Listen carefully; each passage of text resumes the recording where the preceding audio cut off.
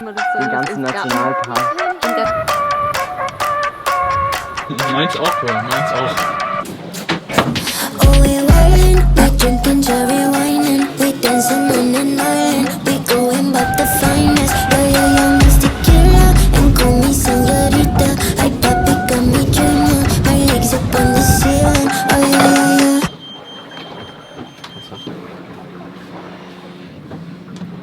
Das ist eine richtige Dünung heute. Also es ist jetzt in der Nacht. Wir sind gerade eben bei der Ansteuertonne Rostock vorbeigefahren und glücklicherweise gerade jetzt vorbeigesegelt, weil da hinten zwei, ich zeig's gleich, ordentlich große Passagierfähren, eine nach Rostock und eine von Rostock nach außen, nach Getzer unterwegs sind, und die Dinger sind natürlich schon ganz ordentlich groß. Ansonsten hatten wir ziemlich fett Welle, und die Welle hat eigentlich verhindert letzten Endes, dass wir sauber Kurs halten konnten, weil wir die zu sehr quer abbekommen hatten, und die war wirklich so hoch, dass das Boot dann nicht mehr kursstabil war, nur noch hin und her gegaucht ist, sodass wir ein bisschen einen anderen Kurs fahren mussten, und jetzt so allmählich kann ich wieder unseren richtigen Kurs suchen, und der Wind dreht auch endlich mehr auf Ost, was bisher nicht der Fall war.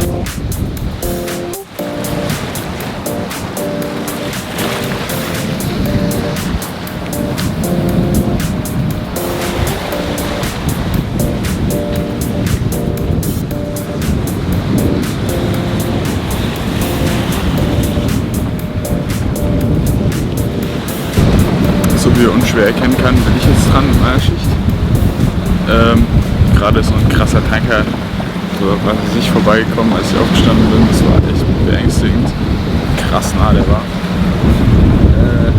Ging auch noch vorbei, wir haben gerade halt Armfleckte und so. Wir müssten jetzt leider noch unseren Motor anmachen, weil es vom Energiehaushalt einfach nicht hingekommen ist, weil der Autopilot extrem viel zieht. Aber jetzt laden wir gerade mit 77 Ampere, das heißt, wir versuchen es, die Batterie jetzt wieder mehr oder weniger voll zu bekommen. Der Motor bringt uns aber gar nicht mehr so viel Speed. Wir fahren jetzt mit 5-6 Knoten, selbst wenn wir Fock Richtung Neustadt, haben jetzt schon die ersten 70 Meilen hinter uns und werden jetzt wahrscheinlich so in 5-6 Stunden dann daheim ankommen und im Hafen die Leine festmachen. Aber ja, ich werde mal berichten, wie es heute ist. Das Tolle ist, der Sternenhimmel ist wirklich ganz gigantisch. Also, das ist wirklich ein Traum. Es kommt, ich weiß nicht, ob es auf der Kamera irgendwie rüberkommt, aber deswegen träume ich hin.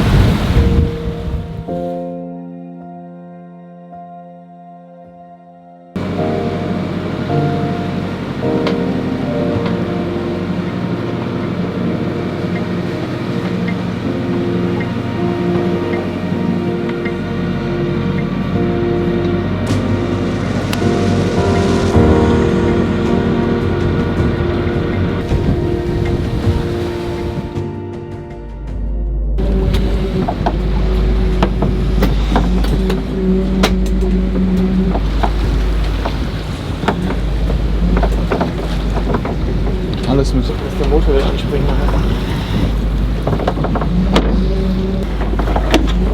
Scheiße.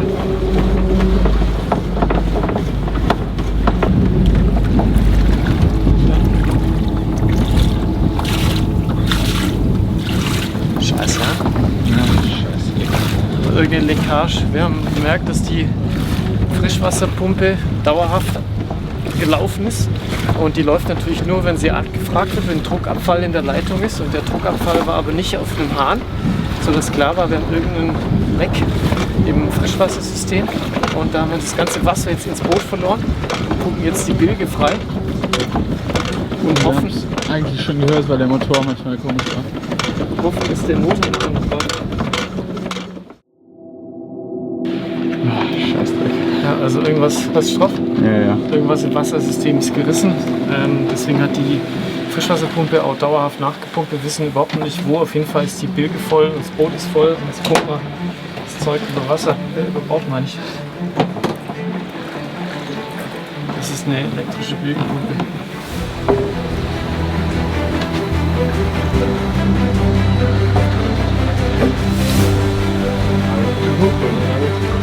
Bitte? Aber die Pumpe ist schon gut. Die Pumpe ist super. Wenn jetzt da noch nicht das Wasser wäre. Aber ist süß. Ja, besser Süßwasser als Salzwasser. Ich meine, dann hätten wir ein richtiges Problem, wenn jetzt Salzwasser auf einmal bis so hoch über die Böge steht.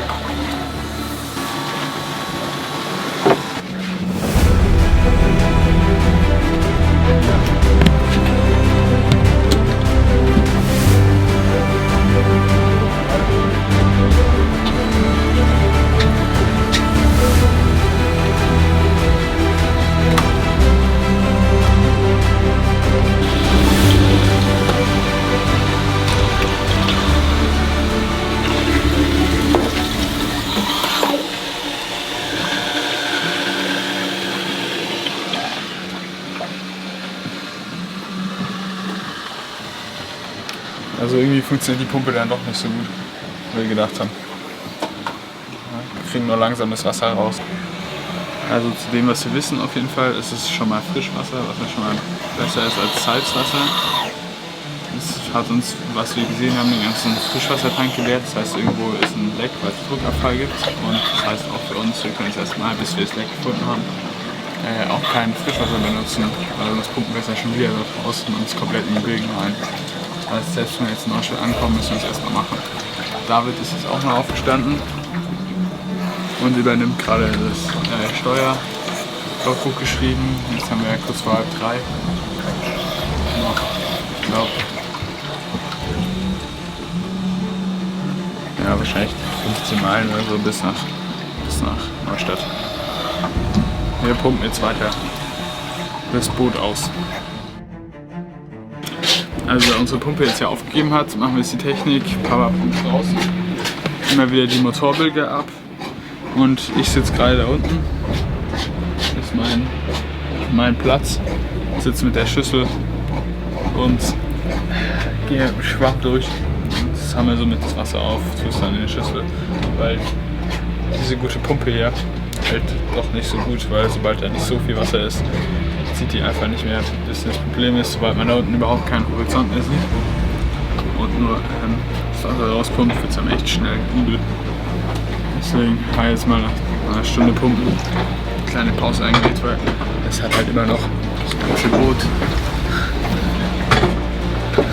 Also es wackelt halt noch ein bisschen. Ich denke, jetzt werden wir so 2 Meter Segellinie haben.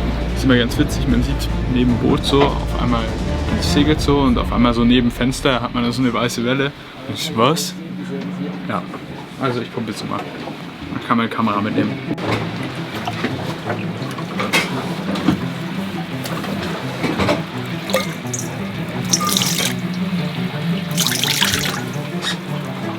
Und das Ding ist auch, die Bögen füllen sich immer wieder von hinten. Das heißt, von hinten wird Wasser wahrscheinlich durchgedrückt. Weil ich habe die Bögen immer sauber und danach kommen sie nochmal und Wasser drückt wieder rein. Das heißt, ich muss immer nach und nach das rauspumpen und ich versuche eben hier mal eine Linie zu halten, damit nicht noch mehr Wasser ins Vorschiff kommt. Ja, läuft. Kannst du auch hin?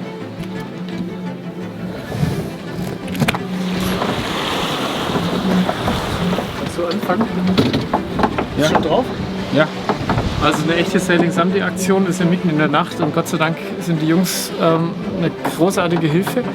Und wir haben das Problem, dass wir Wasser im Boot hatten und sind jetzt gerade mit der Bilge, unsere Bilgenpumpe beschäftigt, das Zeug rauszuhauen, damit die Elektrik nicht drauf geht. Und ich bin auf der Ursachensuche und ich habe es gefunden. Hier ist der Boiler und wenn man sich das anschaut beim Boiler, dann ist da hier hinten das da ist dekonnektiert. Da ist der Aufsatz und hier ist es weg. Ich weiß nicht, ob man es sieht. Einfach so. Hier der Aufsatz und da ist es weg.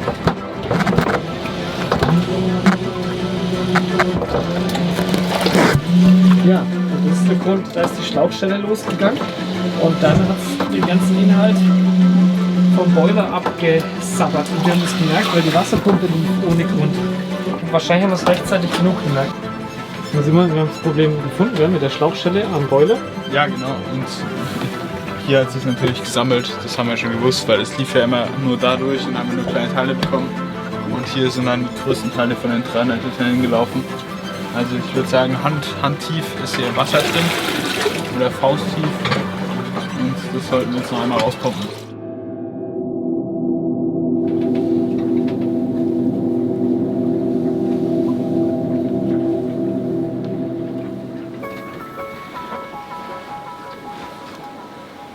rote Tonne, ich würde sagen, nochmal irgendein Fischerboot, das da rumgründelt.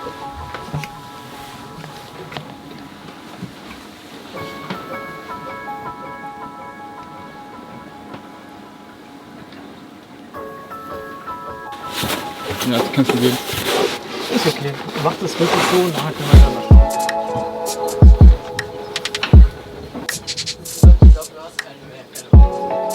Was? So, morgens um kurz nach 6:30.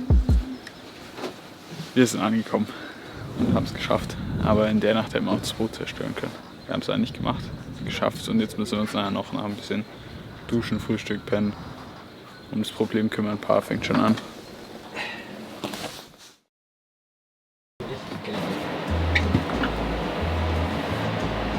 Nachdem ihr heute Nacht schon ziemlich heldenhaft hier geschöpft und gemacht habt, Ja. geht es jetzt an die zweite Aufräumrunde. Klaus hat bereits die erste Bilge einmal Ja, mit Schwamm und so. mit Schwamm und Schüssel ausgeschöpft. Und jetzt wird es auch nochmal spannend, was hinten mit dem Batterieblock ist. Ob da genauso tief. So eine durchgehende Bilge, die ist miteinander auch verbunden. Und heute Nacht hatten wir das Problem, dass der Tank ausgelaufen ist, der Frischwassertank, weil eine Schlauchschelle hinten oder die Verbindung eben zum Boiler nicht ganz fest war und rausgerutscht ist. Und dann haben wir rasch die gesamten 300 Liter Frischwasser verloren und die haben sich dann in der Bilge verteilt. Und das war in der Situation, wo wir mitten in der Nacht ziemlich viel Seegang und so hatten und viel Wind. Und dann haben unsere Jungs haben uns da super geholfen.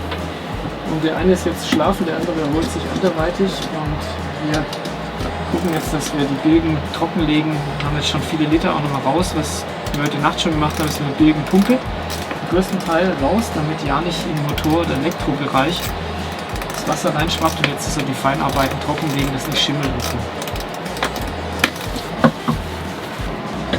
Und ist bei den Batterien was drin? Das sieht auch wieder, wie intelligent Sirius die Boote macht. Die Batterien sind ein bisschen erhöht positioniert. Da ist schon Feuchtigkeit, aber die stehen nicht komplett, weil die so ein kleines Podest bekommen haben. Das ist natürlich super. Drumherum ist es feucht, aber auf dem Podest ist es recht trocken. Okay. Das hält natürlich auch nicht ewig, aber es reicht sicher, dass so ein bisschen Wasser da ist, halt die ganze Elektrik funktioniert. Was heute Nacht auch der Fall war, die hat auch funktioniert zum Glück. Das war eine unserer größten Sorgen, dass die Elektrik uns abschmiert und dann irgendwann mal der Motor. Wir sind zwar komplett gesegelt, aber wir wussten ja nicht, ob wir ihn irgendwann noch brauchen. Ja.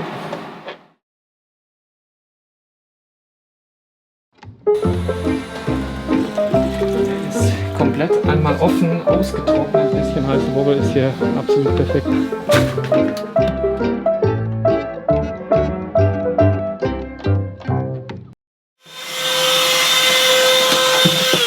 Hey Kaya, was machst du? Ich saug die Bilgen und die Storage aus.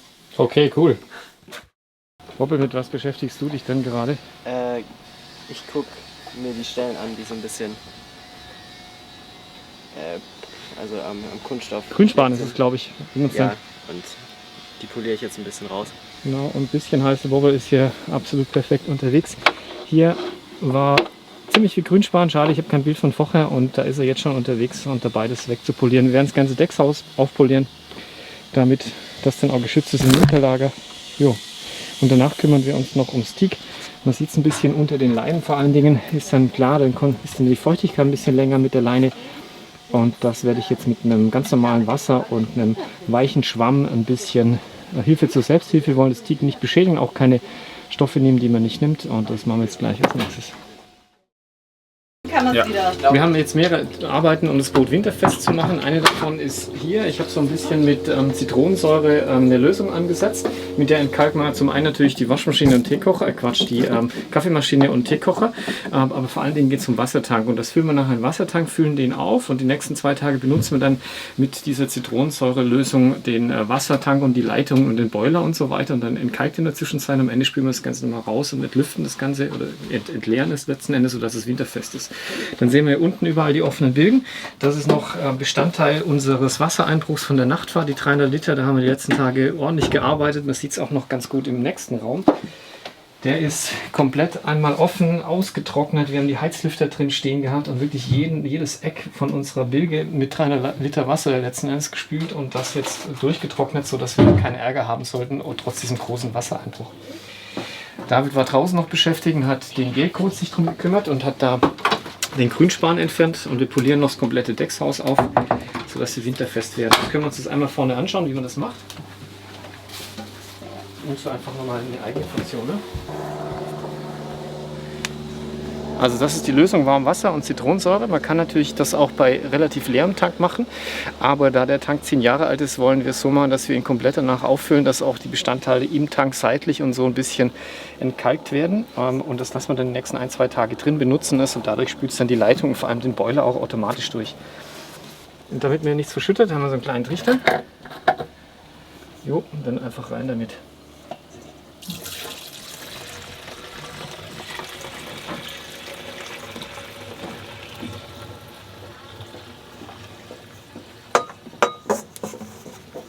Gut.